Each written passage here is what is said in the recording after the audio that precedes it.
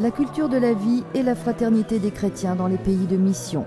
Ce sont les deux intentions de prière que Benoît XVI propose en ce mois de décembre. Le pape demande de prier pour que l'Église travaille à la promotion de la culture de la vie face à la culture de la violence et de la mort. C'est l'intention générale de l'apostolat de la prière pour le mois de décembre, une initiative suivie par quelques 50 millions de personnes dans les 5 continents. Une intention missionnaire est également proposée chaque mois. En ce mois de décembre, l'on prie pour que par des gestes concrets de solidarité, les chrétiens montrent dans les pays de mission que l'enfant né dans les tables de Bethléem est la lumière et l'espérance du monde.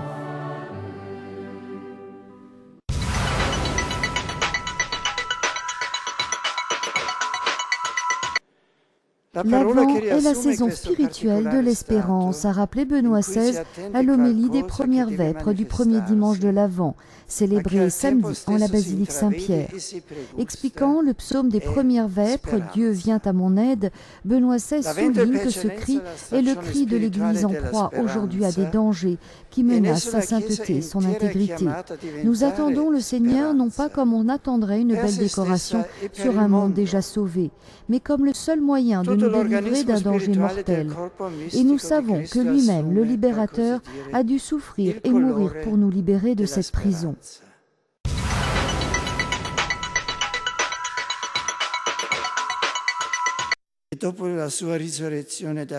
C'est dans la joie et l'enthousiasme que les fidèles de la paroisse romaine de Saint-Laurent, au Verano, ont accueilli Benoît XVI dimanche matin.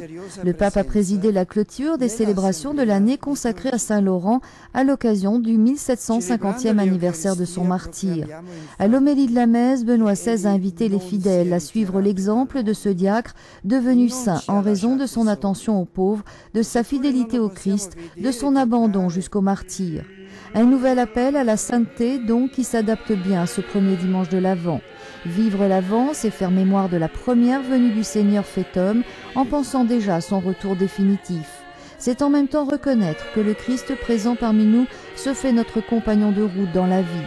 D'où l'appel à veiller, à passer chaque instant de notre temps à l'horizon de l'amour du Christ, sans se laisser décourager par les inévitables difficultés quotidiennes.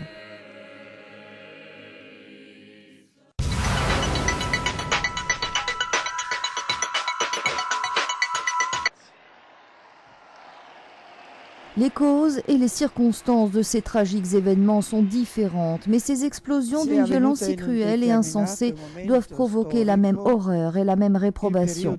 Le pape a déploré les attaques terroristes qui ont ensanglanté ces jours-ci l'Inde et le Nigeria.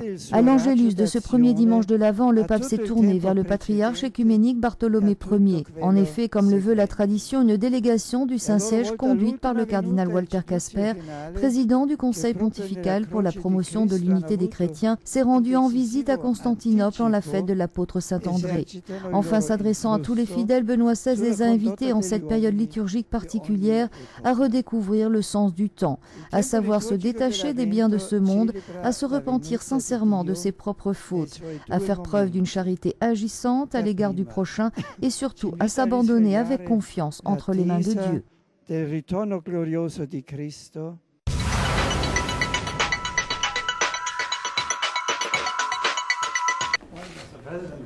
Le pape souligne la nécessité de consolider la voie du dialogue pour résoudre le conflit en cours au Sri Lanka. Il souhaite par ailleurs que l'Église catholique puisse jouir du droit à la liberté religieuse. Benoît XVI recevait ce matin en audience privée le président du Sri Lanka, Mahinda Rajapaksa. Au cours de l'entretien qu'a porté sur la situation dans le pays, le pape et le président sri-lankais ont insisté sur la nécessité de répondre aux besoins fondamentaux de la population civile durement éprouvée, de consolider la voie du dialogue et des négociations comme unique moyen de trouver une solution politique juste et durable au conflit en cours. Le Saint-Siège souhaite que l'Église catholique puisse continuer de jouir pleinement du droit à la liberté religieuse, ce qui lui permet par ses structures de contribuer à la vie du pays.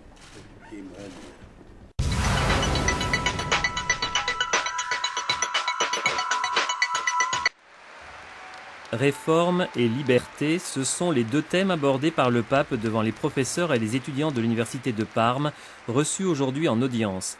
Évoquant Saint Pierre d'Amiens, grand éducateur et réformateur de l'Église au Moyen-Âge, Benoît XVI a rappelé que si l'on veut qu'un milieu humain gagne en qualité et en efficacité, il faut que chacun commence par se réformer lui-même, en corrigeant ce qui peut nuire au bien commun ou lui faire obstacle.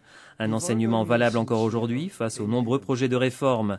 L'université, a dit le pape, ne peut éduquer et enseigner que si elle est libre, c'est-à-dire si elle reste fidèle à sa vocation de donner aux personnes une formation scientifique et culturelle, mais en vue du développement de toute la communauté sociale et civile.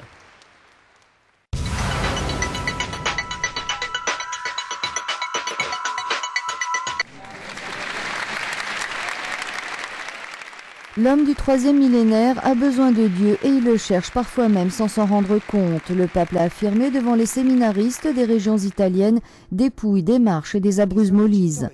Dans une société pénétrée d'un rationalisme replié sur lui-même qui ne voit que les sciences pratiques, la tâche des prêtres est de diffuser la parole de Dieu pour offrir à tous la parole immuable de vie éternelle qu'est le Christ.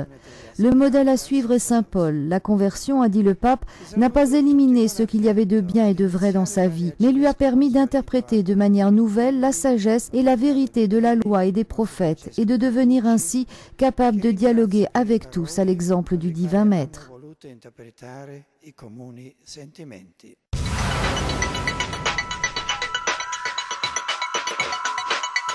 La solidarité envers les plus faibles et le soutien de l'économie sont les objectifs des instituts de crédit, a souligné le pape, saluant une délégation d'employés d'une banque italienne présents à l'audience générale. Dans sa catéchèse, Benoît XVI, partant de Saint Paul, a repris le récit du péché originel. Le mal, a-t-il dit, envenime la vie de l'homme, partagée entre le bien et le mal qui sont en lui. Il nous faut rendre le monde plus juste, c'est le rôle de la politique, et abandonner la violence. Le mal n'est pas invincible, l'égoïsme n'est pas une idole.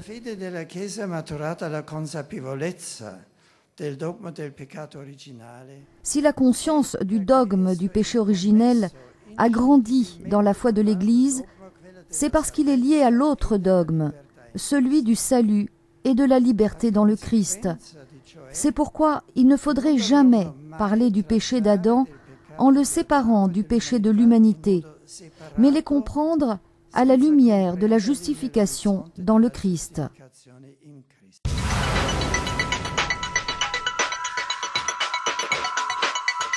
Le pape souligne l'importance de l'activité caritative et appelle à une amélioration de l'action pastorale.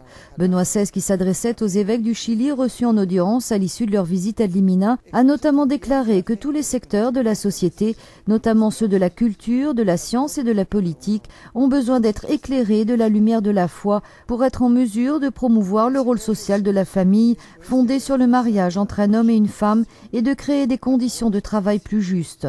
Le pape s'est réjoui de l'action caritative menée par l'Église au Chili. Il a enfin invité les évêques à s'efforcer d'améliorer la qualité de la formation chrétienne des jeunes par une pastorale des vocations appropriées.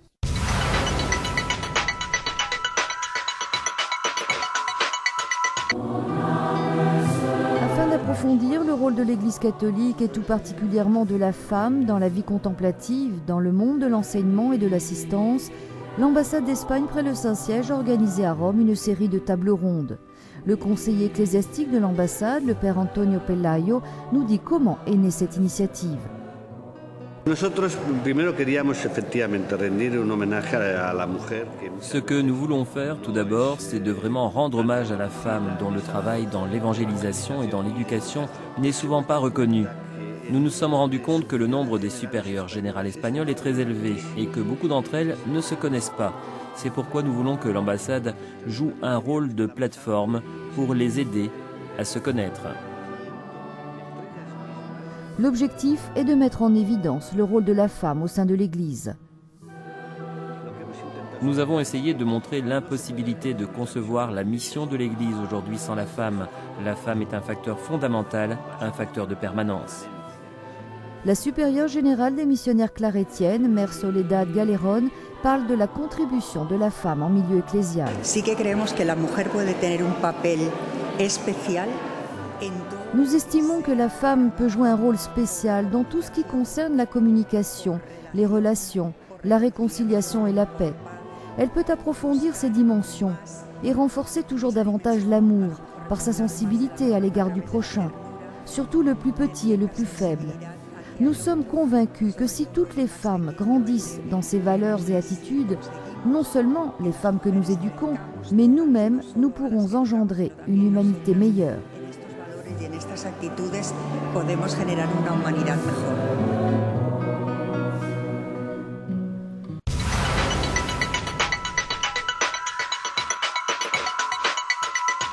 Dans un télégramme qu'il a adressé au Saint-Synode de l'Église orthodoxe russe, Benoît XVI a fait part de sa très vive émotion après le décès de celui qui, en 1990, est devenu le patriarche de Moscou et de toutes les Russies, Alexis II.